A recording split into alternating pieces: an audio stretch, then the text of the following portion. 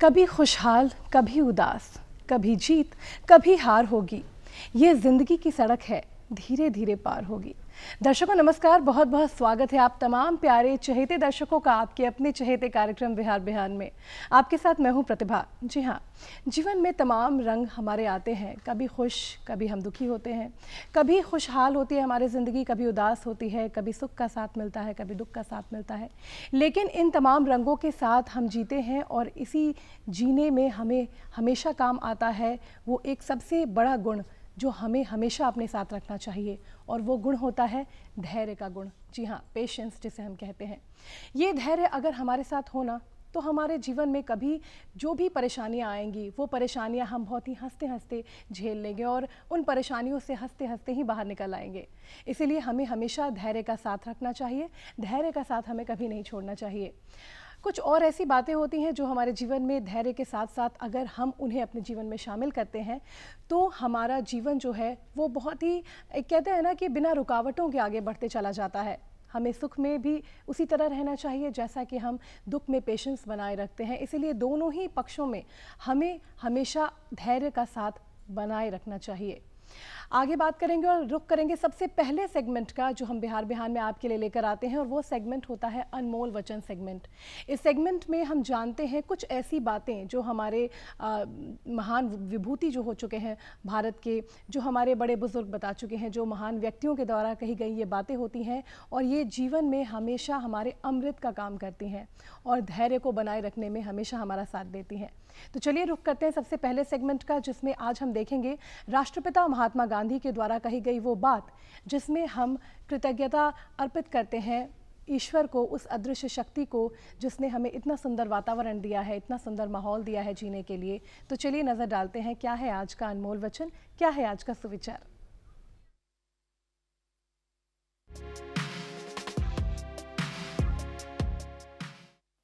महात्मा गांधी ने कहा था, जब मैं सूर्यास्त और चंद्रमा के सौंदर्य की प्रशंसा करता हूं, मेरी आत्मा उसके निर्माता के पूजा के लिए विस्तृत हो उठती है।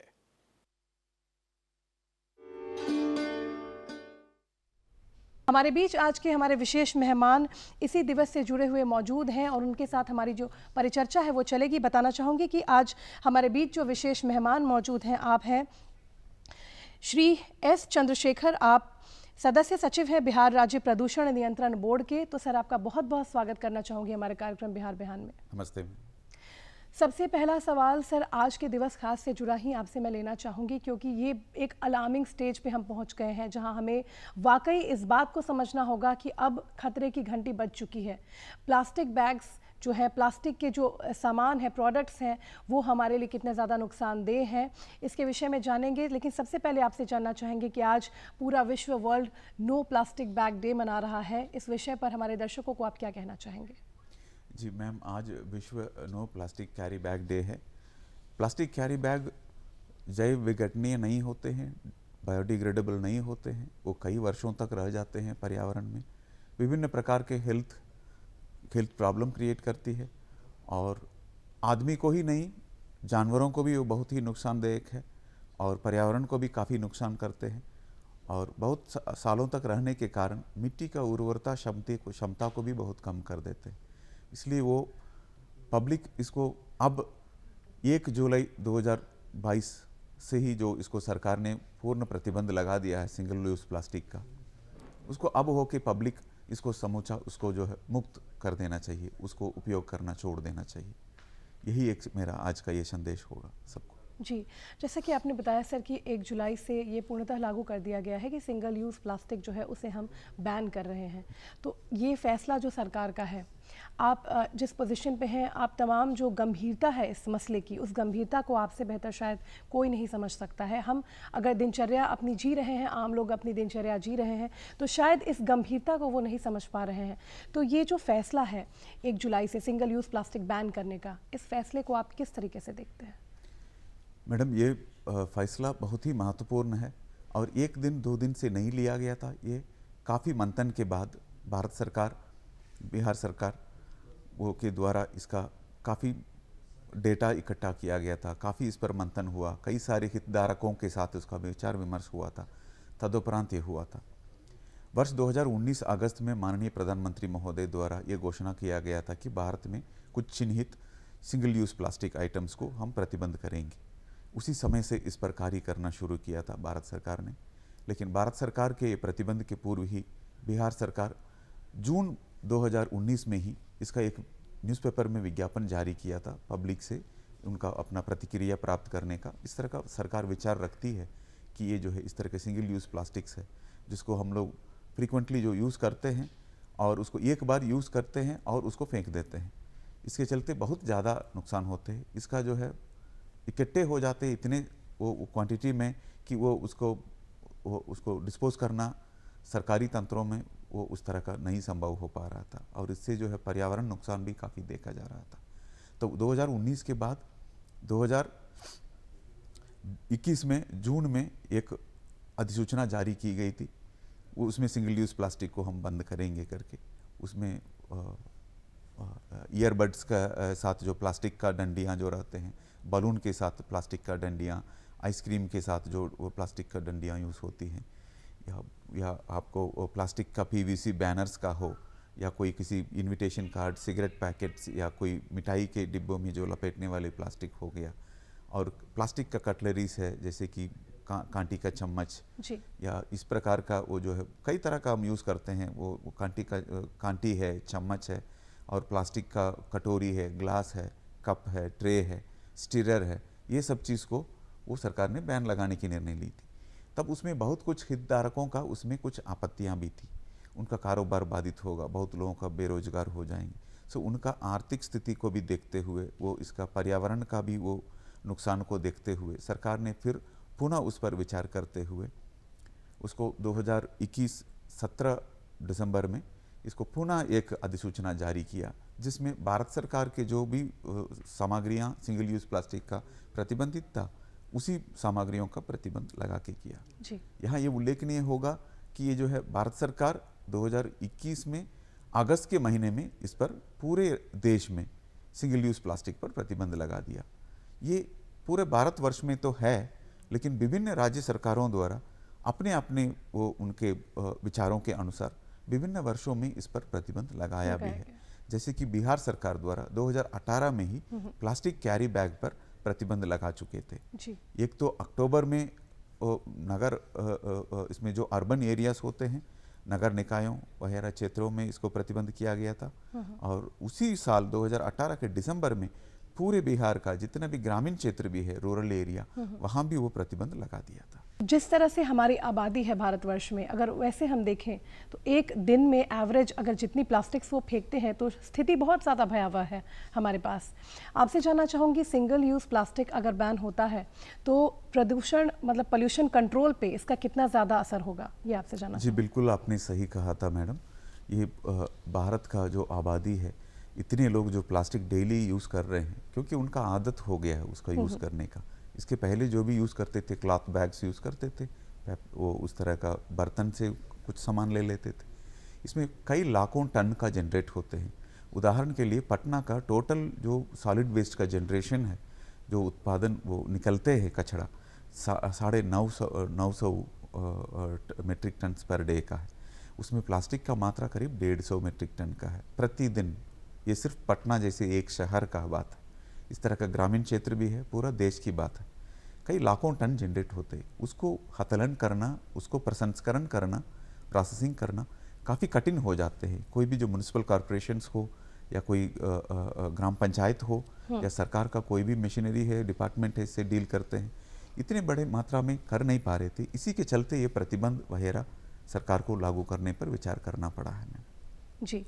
अच्छा, हम देख पाते हैं कि जिस तरीके से लोग प्लास्टिक्स और ये कचरे जिस तरीके से रोड पर फैला देते हैं और जो अपने शहर को इस तरीके से अव्यवस्थित रखते हैं, तो जो स्वच्छता अभियान शुरू हुआ है अभी हालिया दिनों में, हमारे प्रधानमंत्री ने विशेष तौर पर इस पर जोर दिया है कि किस तरीके से हम एक स्वच्छ भारत का निर्माण कर सकते हैं।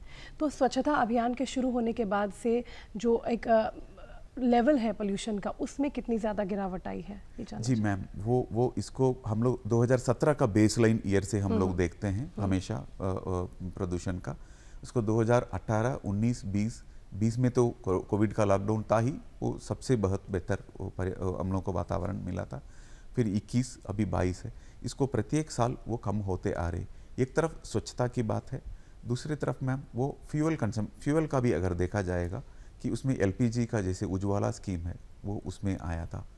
फिर कुछ वो जैसे कि डीजल पेट्रोल में जो है BS6 का स्विच ओवर हुआ था। ये सब चीज़ को मिला के और भी जो कुछ नेशनल क्लीन एयर प्रोग्राम करके भारत सरकार का एक महत्वाकांक्षी एक कार्यक्रम है, वो सब भी लागू की जा रही है विभिन्न शहरों में। इसका समेकित रूप से इसका परिणाम आया है, प्रदूषण का स्तर बहुत कम हुआ। जहाँ प्लास्टिक से एक पोल्यूशन होने की जहाँ बात है, इसमें एक तो वायु प्रदूषण होते हैं, जब इसको हम लोग गैर जिम्मेवारी तरीके से जब फेंक देते हैं या उसको खुले में जला देते हैं, उससे जो है वो फुरान, वो आपको स्टायरीन, जैसे कि वो थर्मोकोल को जला दी जाती है, इसमें वो स्टायरीन का गैस निकलते हैं, इसमें कई सारे विषैले गैसों निकलते हैं, पॉलीक्लोरिनेटेड गैसेस भी निकलते हैं, जो बहुत ही हानिकारक होते हैं, पर्यावरण में काफ़ी दिन तक रहता है।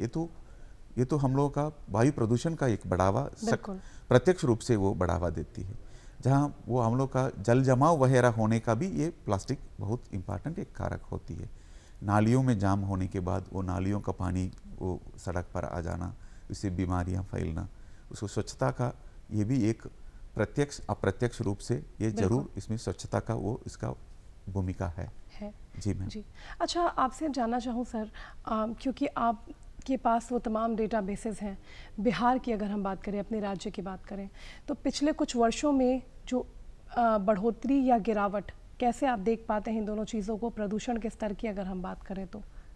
जी मैम, वो उसको जैसे मैंने कहा था, एयर पोल्यूशन में तो बहुत ही गिरावट है जी। वाटर पोल्यूशन के जो मामले में हम लोग का पोल्यूशन का लेवल ज़्यादा था, उसमें सरकार के तमाम कार्यक्रम, तमाम इंटरवेंशन के बाद वो अभी कई सारे सभी इंडस्ट्रीज जो वेस्ट वाटर निकालते थे, जिनका एक पर्टिकुलर क्वांटिटी से ज़्यादा का निकलते, उनको जो है ग्रासली पोल्यूटिंग इंडस्ट्री की श्रेणी में रखा हुआ है। उन सभी को एफ्लुएंट ट्रीटमेंट प्लान लगानी होती है।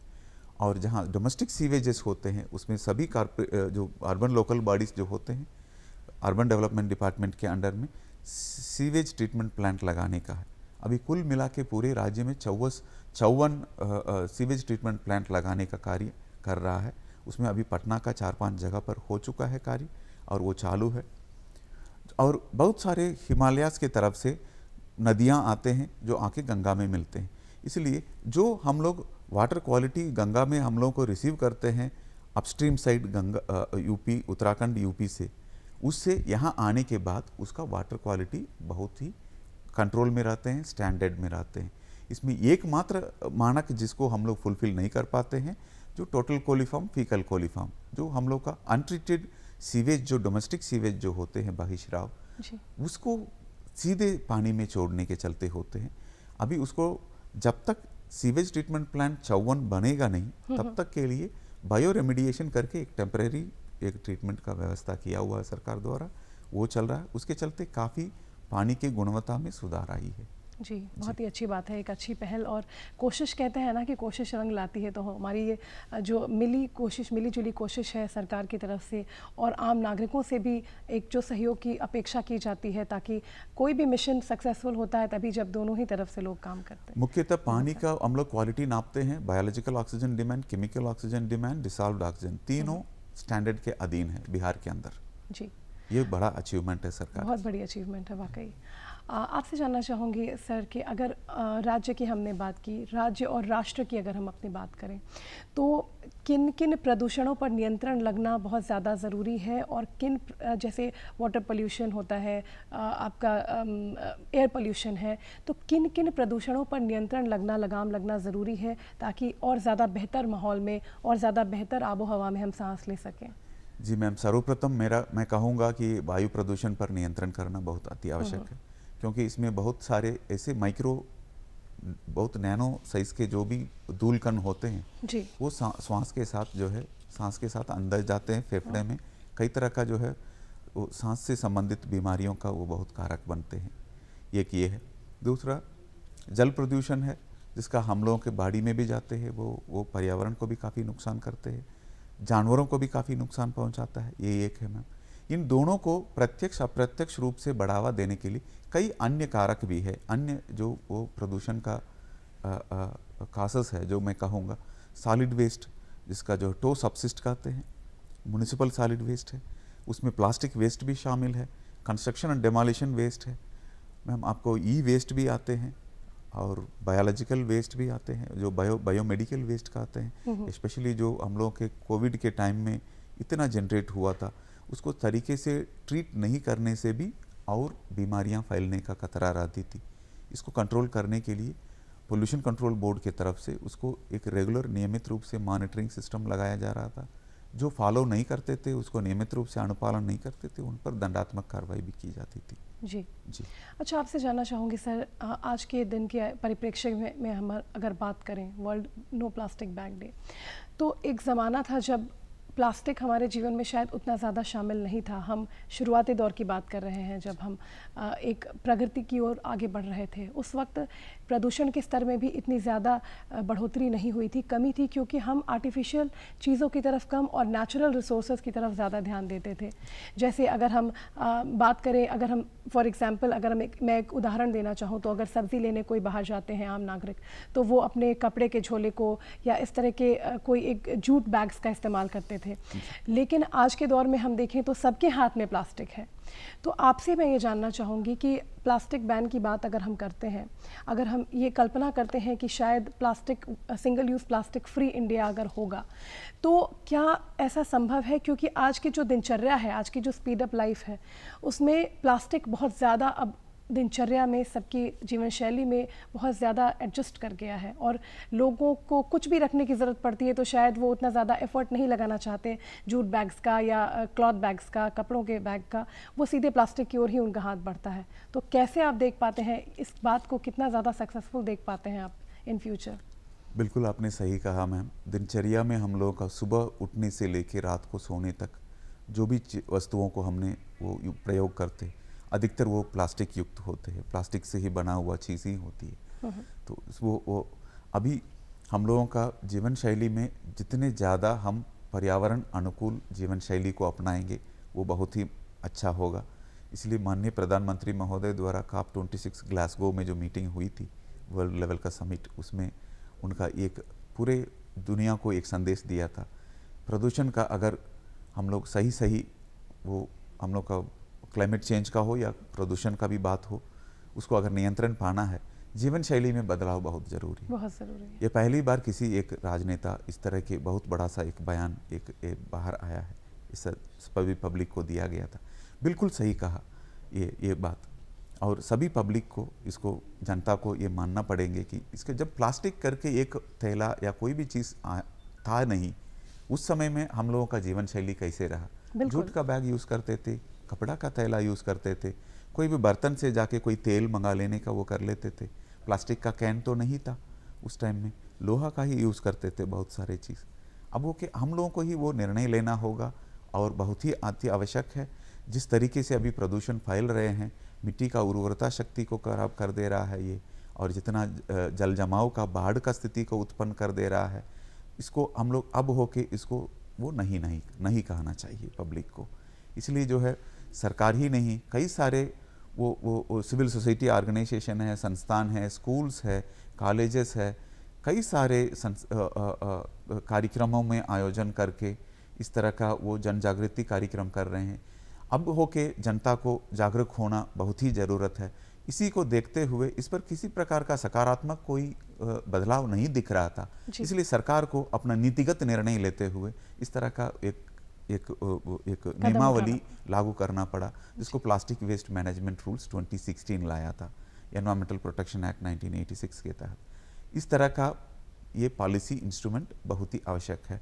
इसको हम लोग अच्छा परिणाम में ले जाने के लिए, सभी जनता मिलके इसको सफल बनाने के लिए इस नियमावली का, सरकार का जो भी कुछ निर्देश है, उसको पालन करेंगे। एक अनुमान लगाया जा रहा है कि 2050 तक समुद्र में और जो भी जल वाले इलाके होते हैं, जो भी एरियाज़ होते हैं लाइक रिवर्स और समुद्र, ख़ास करके अगर बड़े पैमाने पर हम देखें, तो जिस तरीके से प्लास्टिकों का डिस्पोजल वहाँ होता है और वहाँ पे जो जलीय जीव रहते हैं वो अबोध होते हैं, वो उन्हें निगल लेते हैं और जिससे उनकी मृत्यु हो जाती है।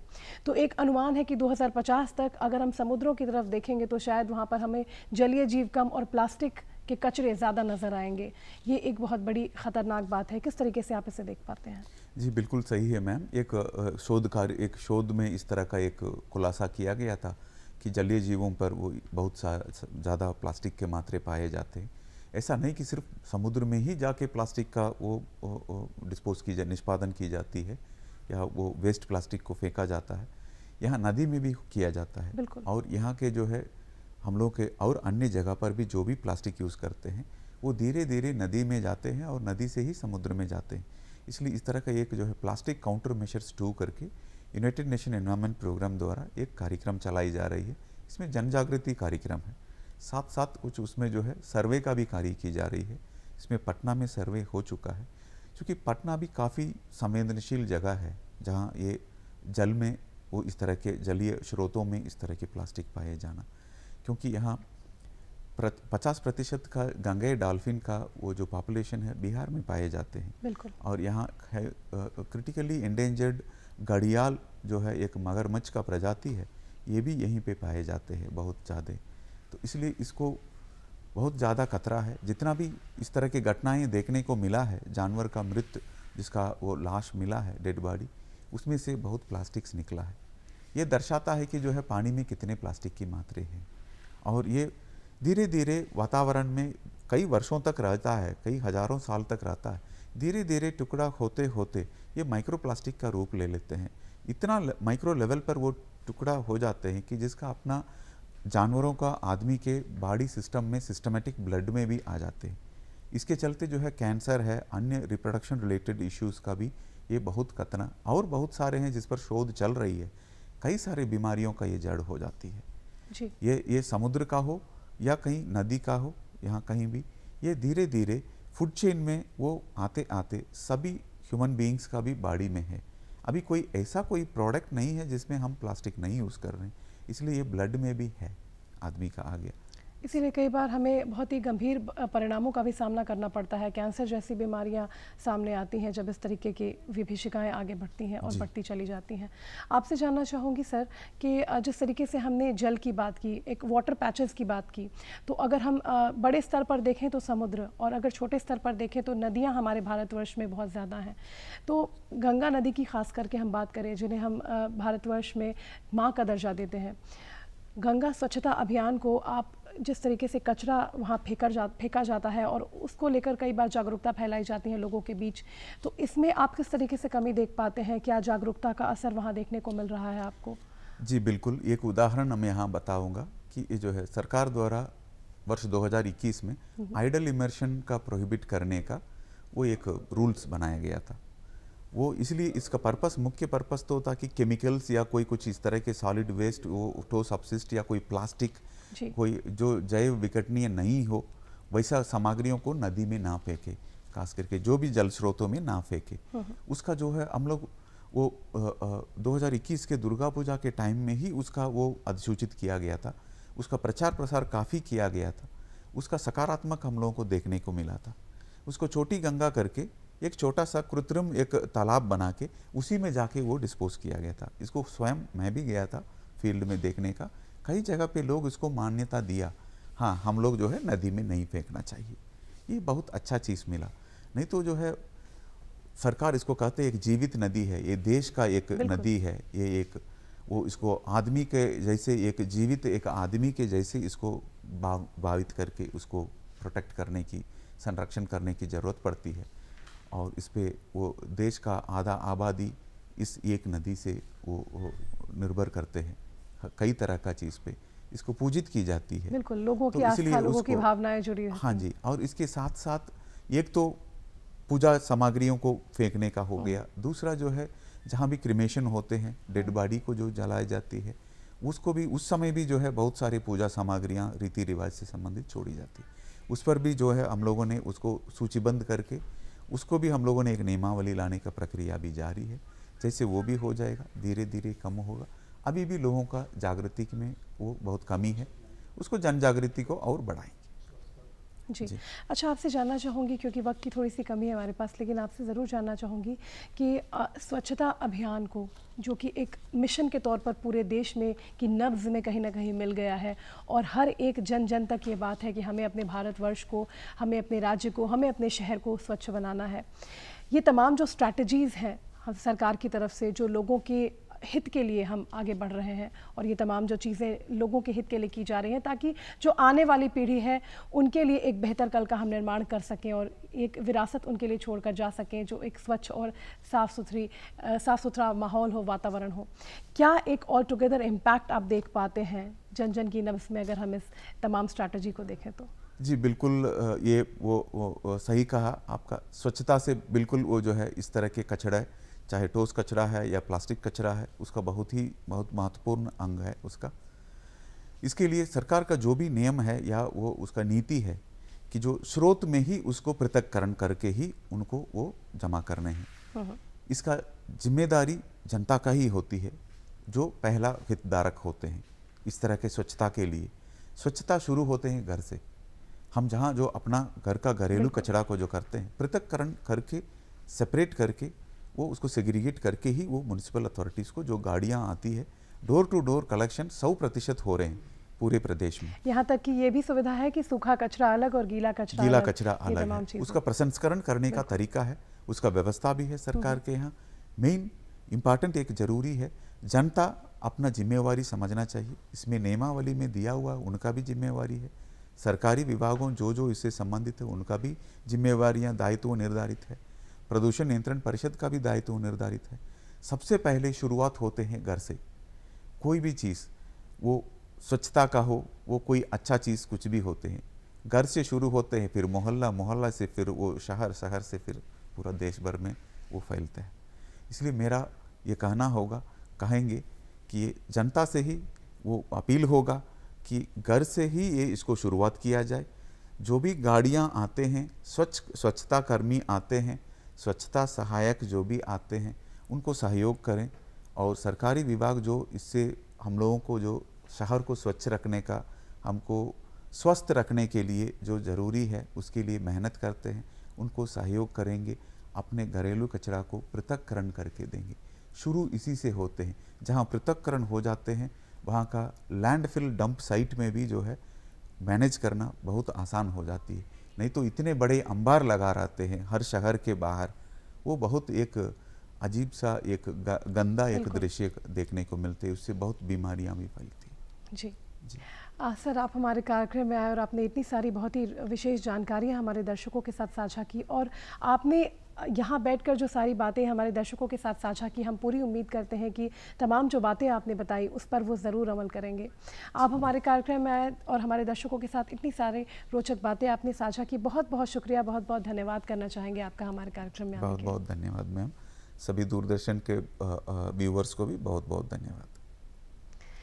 तो दर्शकों, ये थे हमारे आज के विशेष मेहमान, और हमारे आज के विशेष मेहमान से हमारी बातचीत आपको कैसी लगी ये हम आपसे ज़रूर जानेंगे, और इसके लिए आपको नोट करना होगा हमारा पता, ताकि आपकी प्रतिक्रिया हम तक पहुंच सके। तो चलिए फटाफट उठाइए कॉपी और कलम और नोट कर लीजिए हमारा पता है कार्यक्रम बिहार बिहान, निदेशक डीडी बिहार, दूरदर्शन केंद्र पटना, फ्रेजर रोड पटना 800001। हमारा ईमेल एड्रेस है director.ddkpatna@gmail.com।